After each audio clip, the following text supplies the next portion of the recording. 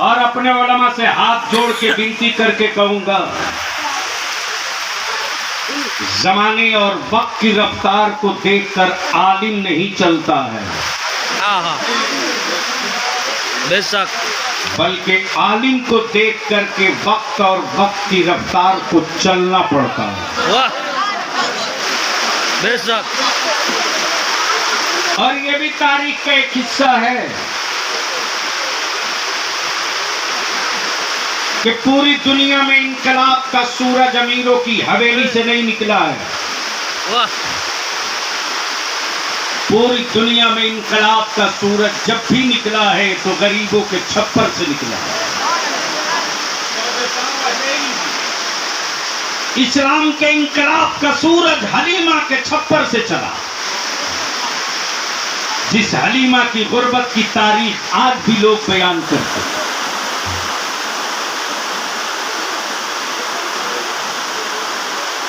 इसी हमारे भारत में अंग्रेज और विक्टोरिया का एक वो दौर था जब हजारों हजार मुरब्बा मील में सूरज नहीं डूब पाता था, लेकिन चंद जुनूनी इकट्ठा हो गए तो इक़्तिदार का बिस्तरा बांधना पड़ा। लेकिन जो इसका मुहर्रिक था, माफ करना, मेरी कौम के बच्चों को दफन कर दिया, मेरे लोगों ने दफन कर दिया। वाह, वाह, बेशक। मेरे कौम के बच्चों को इनके बाप दादा की आजादी की लड़ाई की तारीख याद नहीं रहने दिया गया, और हमारे बच्चों को दरी बिछवा करके कहा गया फलाने का शहादत दिवस तुम मनाओ। मैं पूछता हूं मुसलमान, बता, जब 1857 का गद्र हुआ और अफगानिस्तान से लेकर बंगाल की खाड़ी तक कोई ऐसा पेड़ नहीं बचा था जिस पेड़ पर आलिमों की लाशें नहीं, आलिमों का सर न लटक रहा हो। और इसी देश में चाहे सुभाष चंद्र बोस हो या राष्ट्रपिता गांधी हो या वल्लभ भाई पटेल हो या मुल्क की आजादी की जंग लड़ने वाले कोई लोग हों, हिंदुस्तान की आजादी की जंग लड़ने वालों में वो तवानाई और वो ऊर्जा नहीं था जब तक के अल्लामा फजल हक खैराबादी के जिहाद का फतवा नहीं निकला था। और जैसे ही अल्लामा फजल हक खैराबादी ने जिहाद का फतवा दिया है, उसी वक्त अंग्रेज और विक्टोरिया के दलालों ने बिस्तरा बांध कर कह दिया, अब तक हम लोगों से लड़ते रहे हैं तो निपटते चले गए हैं, अब मुस्तफा के आशिकों से पल्ला पड़ गया है, अब हम टिक नहीं सकते हैं, बिस्तरा बांध लो, इसलिए कि उस पैगंबर की आशिक उतर गए हैं, जिस पैगंबर के आशिकों ने बद्र भी जीता है, उहद भी जीता है, खैबर भी जीता है, करबला भी जीता है, उहद भी जीता है, तुबक भी जीता है, उस मुस्तफा के आशिकों से पल्ला पड़ा है जिन्होंने खानदान लुटा करके इश्क को बचाने की कोशिश। लेकिन आज उन्हीं के बच्चों को 2 नंबर का शायरी इसलिए कह दिया जाता, इसलिए कि आपने अपनी औलादों को अपनी तारीख नहीं पढ़ाई।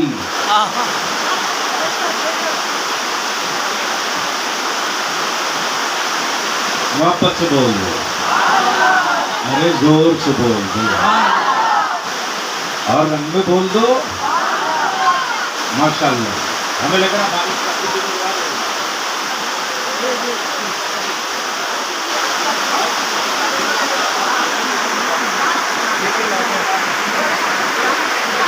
अल्लाह करेंगे बारिश बिहार में भी हो।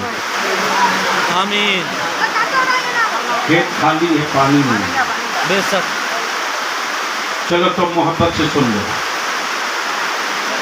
झूम के बोल दो, जोर से और जोर से। मैंने कहाँ छोड़ा था हुसैन, मक्का क्यों नहीं करबला से।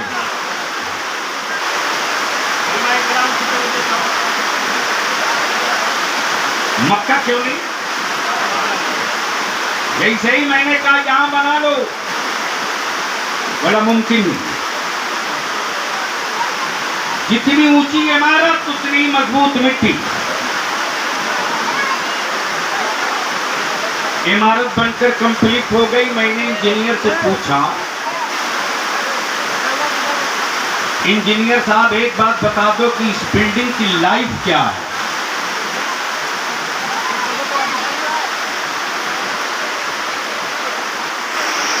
हाँ सुनेंगे? जी। अरे तो बारिश का शोर हो रहा, होने दो, आप सुनो। मैं क्या कह रहा था? बिल्डिंग की लाइफ कितनी है? इंजीनियर ने जवाब दिया, मैंने जितना मटेरियल दिया है और जितनी मजबूत पाइलिंग की है,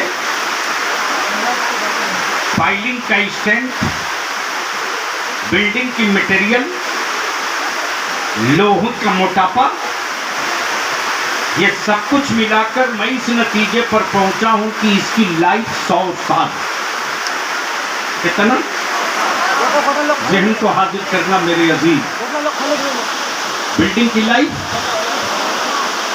मैंने कहा 100 साल के बाद क्या होगा?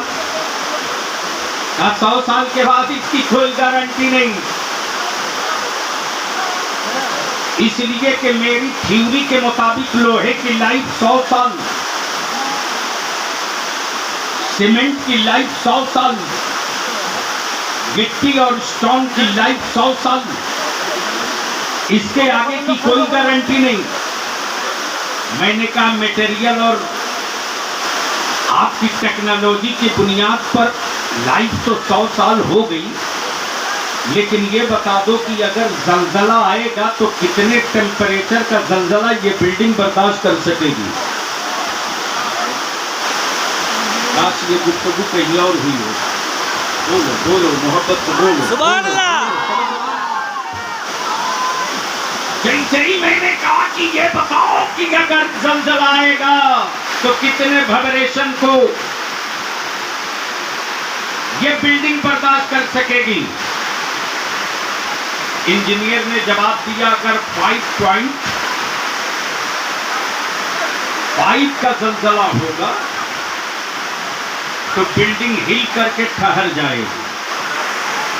अब 5.10 होगा तो ये बिल्डिंग डोलने लगेगी।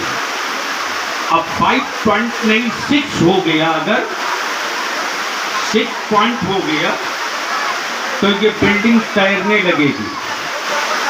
अब जहन को हाजिर कीजिए, प्लीज जहन को हाजिर कीजिए। तकरीरें रोज सुने हो, नकात ये शायद पहली बार। प्लीज प्लीज बारिश को अपना काम करने को आप सुनो, मोहब्बत से बोल लो, बोल लो, बोल लो, बोल। अगर 5% का वाइब्रेशन होगा जलजले का, बिल्डिंग हिल के ठहर जाएगी। 5 से बढ़ेगा तो बिल्डिंग डोलने लगेगी। 6 हो गया तो बिल्डिंग तैरने लगेगी।